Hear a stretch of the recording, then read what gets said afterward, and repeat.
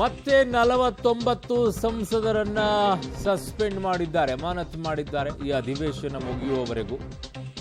ಲೋಕಸಭೆಯಿಂದ ಈಗ 49 ಎಂಪಿಗಳ ಸಸ್ಪೆಂಡ್. ಇದೊಂದು ರೀತಿಯಾಗಿ ದಾಖಲೆಯ ಸಸ್ಪೆಂಡ್ ಅಂತಾನೆ ಹೇಳಬಹುದು. ಸುಪ್ರಿಯಾ ಸುಳೆ, ಡ್ಯಾನಿಶ್ ಅಲಿ, ಶಶಿ ತರೂರ್, ಸೊ ಹೀಗೆ ಕಾರ್ತಿಕ್ ಚಿದಂಬರಂ, ಹೀಗೆ ದೊಡ್ಡ ದೊಡ್ಡ ಲೀಡರ್ಸ್ಗಳನ್ನೇ ಸಸ್ಪೆಂಡ್ ಮಾಡಿ ಹಾಕಿದ್ದಾರೆ ಈ ಅಧಿವೇಶನ ಮುಗಿಯುವವರೆಗೂ ಕೂಡ ಅವರನ್ನ.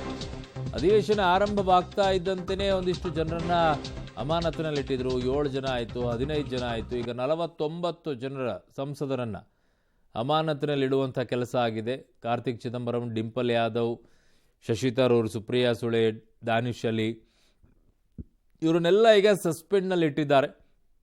ಇದಕ್ಕೆ ಕಾರಣಗಳನ್ನು ಏನು ಕೊಡ್ತಾ ಇದ್ದಾರೆ?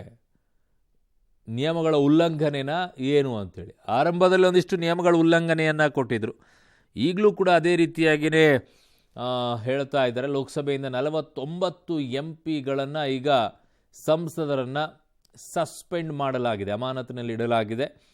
ಈ ಅಧಿವೇಶನ ಮುಗಿಯುವವರೆಗೂ ಸಹ ಅವರು ಅಧಿವೇಶನಕ್ಕೆ ಬರೋ ಹಾಗಿಲ್ಲ. ಸೊ ಅವರು ಅಮಾನತಿನಲ್ಲಿ ಇಡ್ತಾರೆ.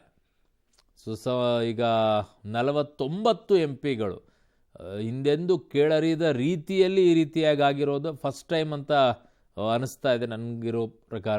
ಲೋಕಸಭೆಯಿಂದ ಈ ಪ್ರಮಾಣದಲ್ಲಿ 49 ಸಂಸದರು ಅಂತೇಳಿ ಒಟ್ಟಾರೆ 49 ಸಂಸದರನ್ನು ಸಸ್ಪೆಂಡ್ ಮಾಡುವಂಥದ್ದು ಇದೆಯಲ್ಲ, ಪ್ರಜಾಪ್ರಭುತ್ವದಲ್ಲಿ ಒಳ್ಳೆಯದಲ್ಲ ಇದು. ಈ ರೀತಿಯಾಗಿ ಸಸ್ಪೆಂಡ್ ಮಾಡ್ತಾ ಹೋದ್ರೆ ಎಷ್ಟಂತ ಸಸ್ಪೆಂಡ್ ಮಾಡ್ತೀರಾ? ಎಲ್ಲ ವಿರೋಧ ಪಕ್ಷದಲ್ಲಿರೋರ್ನೆಲ್ಲ ಖಾಲಿ ಮಾಡಿ ಕೂತ್ಬಿಡಿ, ಎಲ್ಲರನ್ನೂ ಸಸ್ಪೆಂಡ್ ಮಾಡಿ ಇಟ್ಬಿಡಿ, ನೀವು ಒಬ್ಬರೇ ಕೂತ್ಕೊಳ್ಳಿ ಒಳಗಡೆ. ನೋ, ದ್ಯಾಟ್ಸ್ ನಾಟ್ ಫೇರ್ ಅಂತ ಅನಿಸುತ್ತಪ್ಪ.